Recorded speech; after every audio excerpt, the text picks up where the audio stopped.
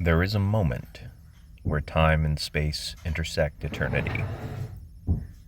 We enter these moments, at times by chance, at others by participation, and participation by celebration. These moments are the feasts and fasts observed at the Saints' Bar. As you enter once more that strange pub on the edge of town, a man waves you over to his table. He introduces himself as Clive, or C.B. McGlos. He is a storyteller.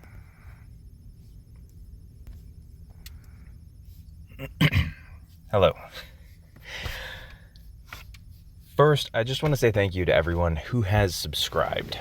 I, C.B. McGlos, am the storyteller, and this week I could not figure out a good character. So I'm hoping you'll forgive me if I just talk about one of my favorite subjects as myself.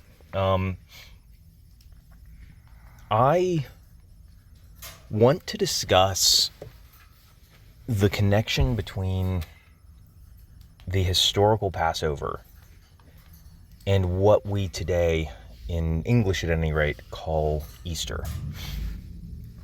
And also the question of that being a sacrifice.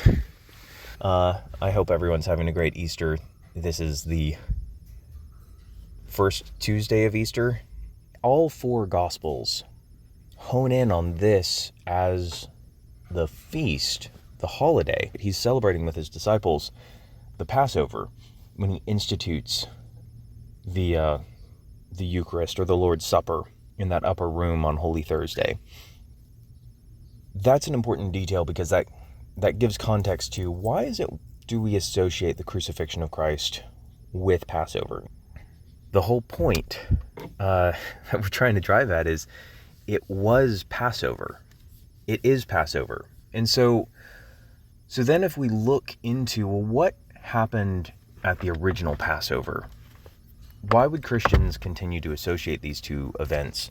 Why would Christ institute this sacrament and this holiday at this time of year? And we see a lot of parallels.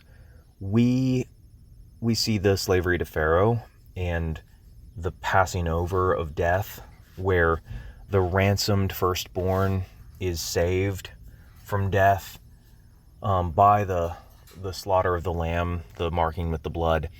That's seen as a direct parallel to what happens on the cross with Christ. Death passes over us. We have been ransomed back. The redemption of Adam, which you see in a lot of depictions of the harrowing of hell, it's like that action is like that rescue is the rescue of all of humanity.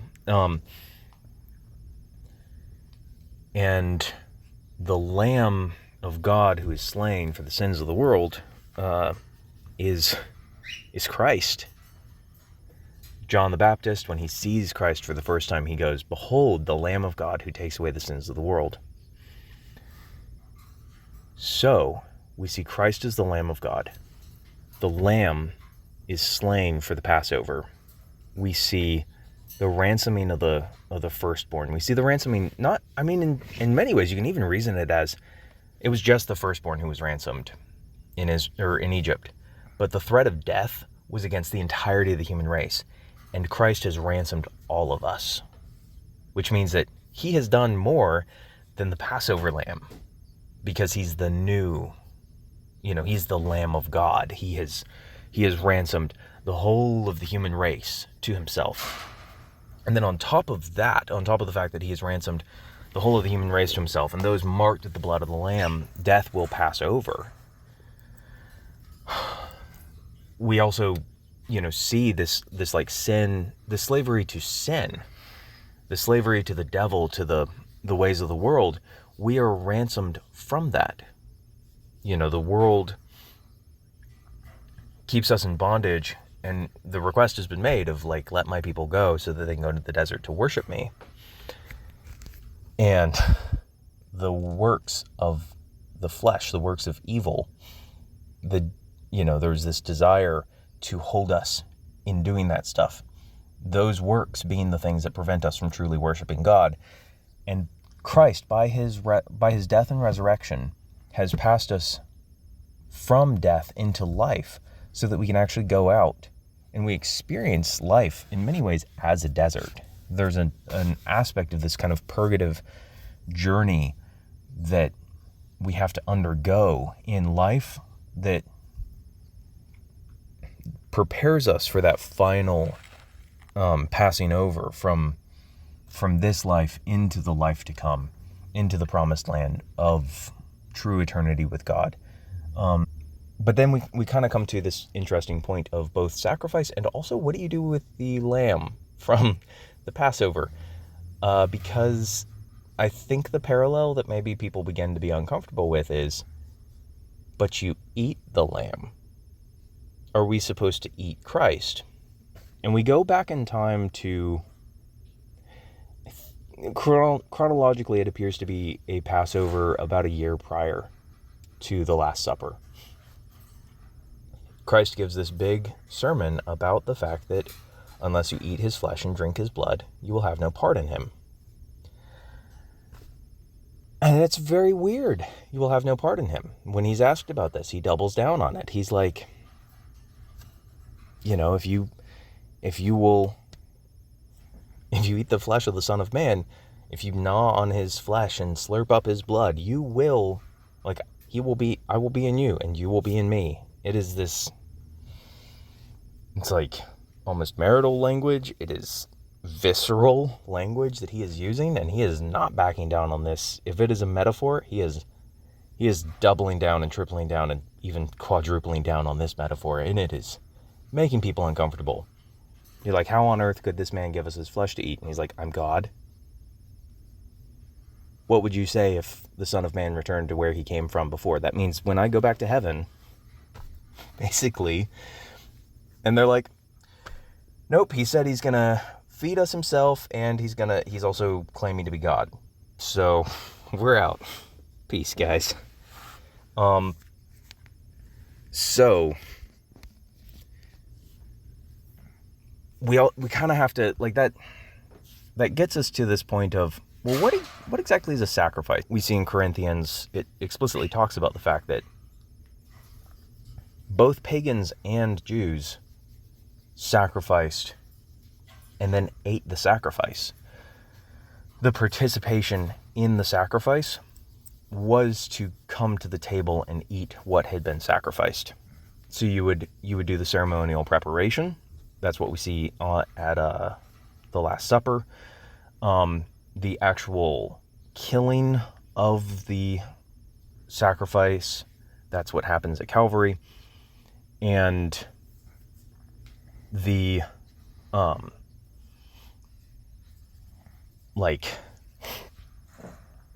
the final part of it would be, so you've got the killing of it, and then for you to actually participate in it, you have to eat it. Like, it has to actually be consumed. The Passover lamb was consumed. It was sacrificed and then eaten. The flesh of the lamb was eaten by the people. So we have these patterns all coming together to create this kind of cohesive whole where it's like, okay, this is beginning to point to something. And if that something is that you have to participate in the sacrifice, you then look into Corinthians. It says the sacrifice at that the pagans offer is offered to demons, and therefore to consume it, to eat that sacrifice, is to have communion with demons, is to participate with demons. The sacrifice offered at the Christian table, the sacrifice offered on their altars, is something that even those who serve at the altar of the Lord, which is to say in the temple prior to its destruction, the sacrifice offered there, like what Christians are offering as their sacrifice, is something the Levites didn't have a right to. It was not something they were worthy of. So we see this kind of, it's building towards that. how can this man give us his flesh to eat? And I think that we see this really interesting analogy within, with the burning bush in the life of Moses. So we're still in that Exodus narrative where you see Moses comes upon a bush burning in the desert. And yet the bush that is burning is not consumed. Now, when you eat a loaf of bread, that bread is taken into your body, and its essence is absorbed into your members. So the bread actually becomes part of your body. If you drink a glass of wine, that wine is actually incorporated into your body. And it isn't like it's your body and the wine, your body and the bread have become the same thing. It has been absorbed into you. You cannot extract it out of you. And in like fashion, the essence of that which you place in the fire is absorbed into the fire. The more perfect the fire, it would actually absorb more of the essence of it. In many ways, you could almost describe it as like, if you could perfectly digest the food, it would be perfectly incorporated into your body. If you could perfectly burn up the wood, there would be nothing left. There wouldn't even be ashes at the end of that process. In like fashion, Christ has incorporated into himself the bread of the sacrifice. But in like fashion to the bush that was burning but was not consumed, the bread has not been, like its form has not been destroyed. But the essence of it has been completely incorporated into Christ. And in like fashion, when we approach the altar of the Lord, when we approach that table, where the consecrated host has been placed, and it is no longer bread that we see before us, and it is no longer wine that we see before us, that has truly become the Lamb of God. And when we consume that, we're not eating bread and we're not drinking wine. In many ways, we're actually being drawn into the mystery of God himself. He is incorporating us into his members, into his body. We are becoming part of his body, the same way that the bread is incorporated into our body when we eat common bread. And so, the sacrifice is fulfilled, and we commune with God himself and with every Christian who has ever participated in this sacrament. And know this: God must look upon the sacrifice that is accepted. That means if God, like if this sacrifice is fully accepted and it is God, he can't have looked away from Christ at any point. When Christ cries out, my God, why have you forsaken me?" This is not a literal forsaking. And we know that because we know the sacrifice of Christ was accepted, and we know that it was accepted because of Easter Sunday. We know that it was accepted because Christ, being raised from the dead, was a sign that God accepted the sacrifice, which means he never once looked away from his son on that cross. And Christ was as a sweet aroma to the Father. And we, incorporated into his body, enjoy the benefits of that. Celebrate Easter. Christos Anesti, Christ is risen,